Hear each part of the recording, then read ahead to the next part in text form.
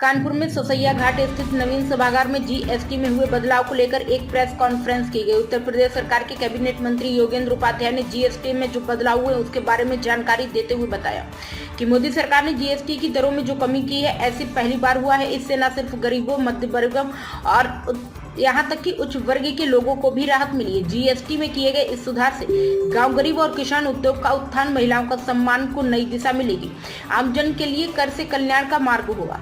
देशवासियों के लिए रोटी, कपड़ा और मकान सस्ते होंगे। खाना सस्ता, रहना सस्ता, पहनावा सस्ता, घूमना सस्ता, दवाई सस्ती, पढ़ाई सस्ती, रोजमर्रा की वस्तुएं सस्ती, वाहन सस्ते हुए हैं। यह एक ऐसा उपहार है जो सिर्फ आम आदमी की बचत तो बढ़ाएगा ही, साथ में जीवन उपयोगी वस्तुओं के मूल्यों में कमी आने से सभी को राहत भी मिलेगी। इन चीजों पर पहले 28% जीएसटी देना पड़ता था, उनमें से 90% वस्तुओं का टैक्स घटाकर 18% लाया गया। इस प्रकार जो वस्तुएं 12% के स्लैब में थी उसमें लगभग 99% वस्तुओं का टैक्स घटाकर 5% या शून्य के स्लैब में लाया गया। देखिए, जीएसटी जो उसमें सुधार हुआ है, कमी हुई है, आज़ाद हिंदुस्तान की पहली घटना होगी जब टैक्सों में कमी आई है और जनहित में टैक्सों में कमी आई है। वरना हमेशा टैक्स बढ़ते ही रहे हैं जो भी सरकारें आई। और इससे अगर एक सरल भाषा में मैं कहूँ, बहुत कंक्लूड कर दूँ कि जो टैक्सों में सुधार हुआ है जीएसटी में, उससे रोटी सस्ती हुई है, कपड़ा सस्ता हुआ है, मकान सस्ता हुआ है। और यही तीन आवश्यकता, मूल आवश्यकता जनता की होती है, आम आदमी की होती है, रोटी, कपड़ा और मकान।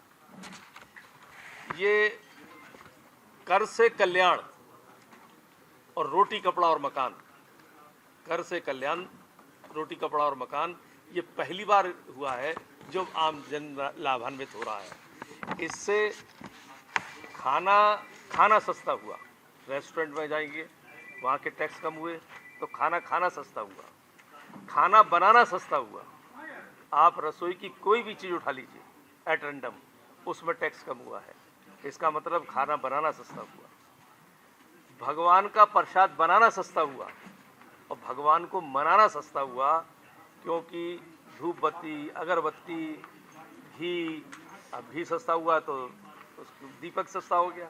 तो इस तरह से कोई छोर ऐसा नहीं बचा है जहां मोदी जी के इस योजना से, जीएसटी से, निचले स्तर से लेकर, यानी निम्न वर्ग से लेकर, जो मैं इकोनॉमिक वर्ग बता रहा हूँ, जो जिसको कहते हैं लोअर क्लास, के अपर क्लास तक, मीडियम क्लास, मिडिल, सबको कहीं ना कहीं राहत मिली है।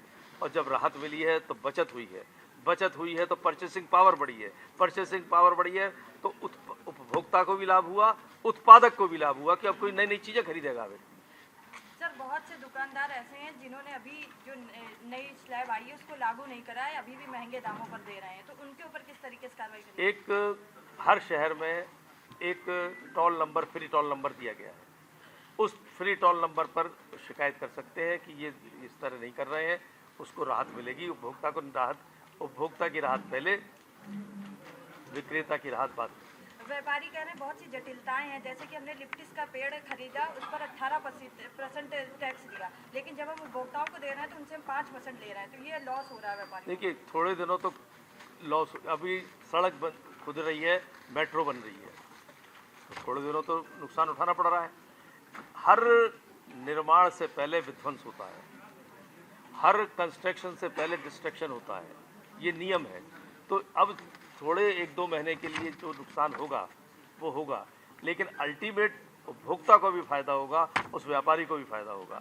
जब मेरे जेब में बचत बढ़ेगी तो मैं व्यापारियों से उसका अपनी समृद्धि के लिए जाऊंगा, उस व्यापारी का सर्कुलर बढ़ेगा, मनी सर्कुलेशन में आएगा। ये सब लाभ, अल्टीमेटली लाभ मिलेगा सबको। प्राइम संदेश न्यूज से संवाददाता मयंक सैनी की रिपोर्ट।